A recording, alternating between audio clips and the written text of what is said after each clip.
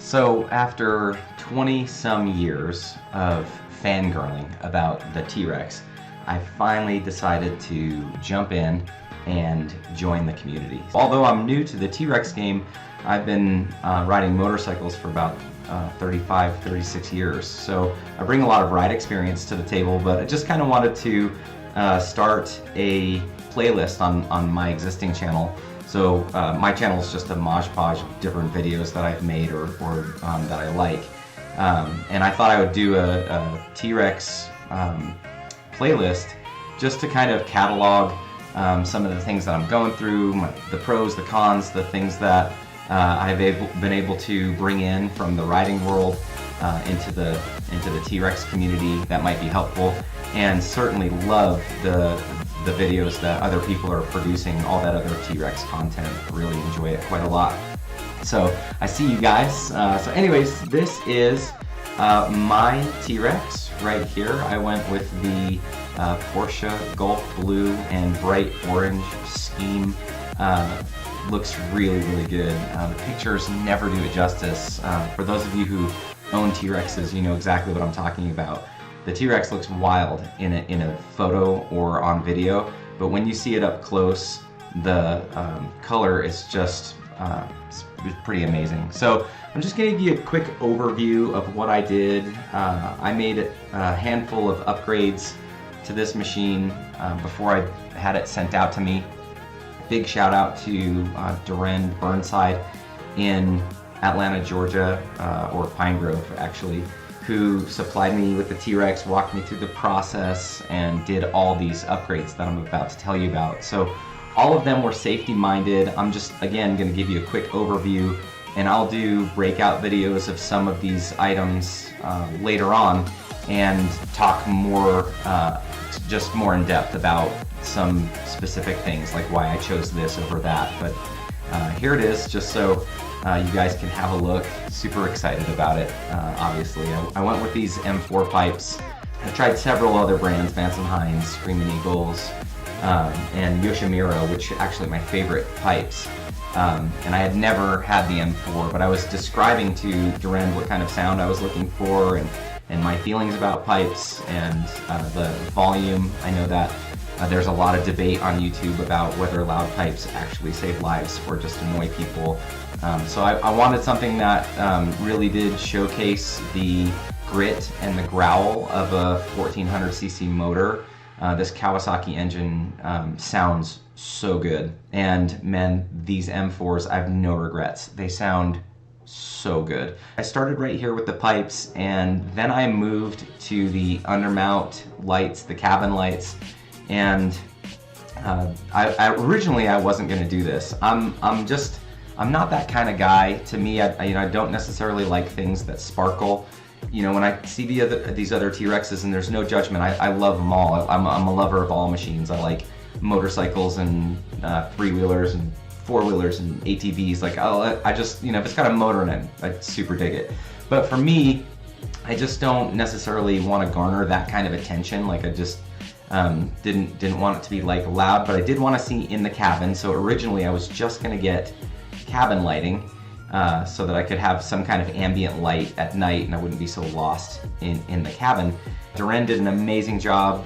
He hooked me up with an undermount lights in the front and in the back, as well as the air intakes on the left and right side and the top, which I'm just nuts about. I couldn't be happier about it. So the next thing I changed was the rear view mirror.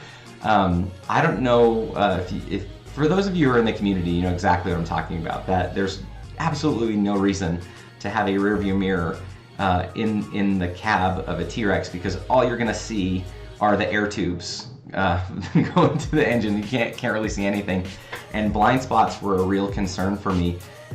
So Campagna got wise, and they started putting in a rear view that had a backup camera in it, which is when you want it the most. And when you would put the machine in reverse, it would have a tiny, like 1 inch by 1 inch display, which, you know, I'm over 40, you know, 1 inch by 1 inch display doesn't really do me much good anymore.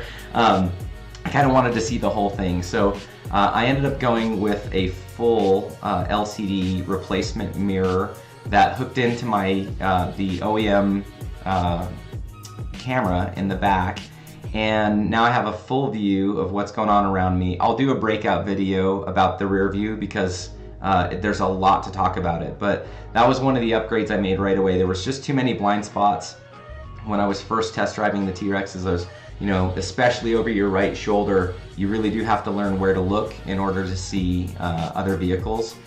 So I thought this was a good upgrade.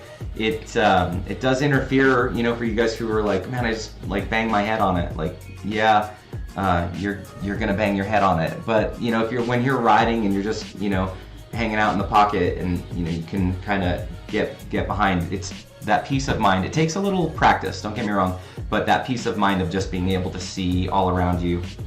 And this particular rear view has some other options that are pretty exciting. So I'll do another video about that, but I don't want this one to go on too long. The next one I opted for the upper windscreen. There's a bunch of reasons why I wouldn't recommend getting a full windshield on a T-Rex. First of all, there are no there's no windshield wipers, and there's no spray.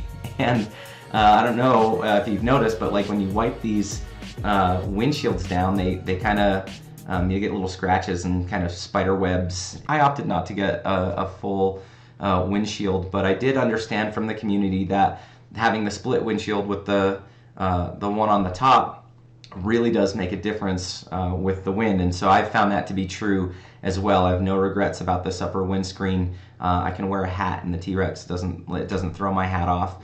But you still get plenty of wind, but not like directly in your eyes. I still do wear eye protection. I always think it's a good idea, and I live in a pretty buggy country, so as you're cruising around, they do end up hitting you right in the face. So nice to have some eye protection. At the advice of one of my friends, I opted for an upgraded horn. I don't know what the stock horn on the T-Rex sounds like because I immediately trashed that one and had this new one put in, and it's pretty awesome. It's not obnoxious, but it does sound like a freight train, so pretty cool. Just want to be able to be seen when you need to be seen. You know, cars are changing lanes and not paying any attention to what's going on. Very possible that they just don't see you there. So having a horn, having a color that attracts attention, and having some lights, especially at night, really does go a long way in regard to safety. And the last thing that I did was to eliminate the secondary ignition. So for those of you who know, on the newer model T-Rexes, you have to turn the key and then press a button, and that button allows the start button to work. So I really like the idea of it as far as theft is concerned, and to be totally honest with you, I haven't stalled on a motorcycle or in a manual vehicle in probably over 20 or 25 years. I can't remember the last time I stalled something with a clutch. But even still, there's always that chance. And you know, if that happens, it's going to happen in the middle of an intersection. And I could just imagine being in the middle of an intersection and fumbling around on my keys trying to find one more obstacle in order to get this vehicle to start. So I just wanted to remove all those obstacles and just jump in and start this thing as quickly as possible. And in the unlikely event, you know, if you're a rider who has experience, in the unlikely event that you stall, you're going to want to start this thing. Now, I know there's some debate as to whether there is a latency in how long that button takes to go into effect. And even if the latency is 10 seconds or 20 seconds or 1 minute, in my opinion, that's just one more obstacle in between you and safe driving. So I opted to have that secondary ignition taken out. So here she is. I've got about 250 miles on it now, so I'm halfway through my first break-in period. So the break-in period's cut in 2 parts, so I guess I'm quarter of the way through total. But you're supposed to keep this thing under 4,000 RPMs for the first 500 miles, and then under 6,000 for the next 500, totaling 1,000 miles before you can actually start ripping into into the machine and knowing that it's broken in properly. If you've made it to this part in the video, thanks for sticking around. My channel is made up of a bunch of things that I'm interested in. It's just my personal channel. But I do have a playlist labeled TRex, and if you guys are interested in this sort of thing, come on back and check it out every once in a while. I'll be posting videos just every once in a while. I have fun doing it, and I hope that you guys enjoy the content as well. So happy riding, safe riding, and I'll see you out on the road.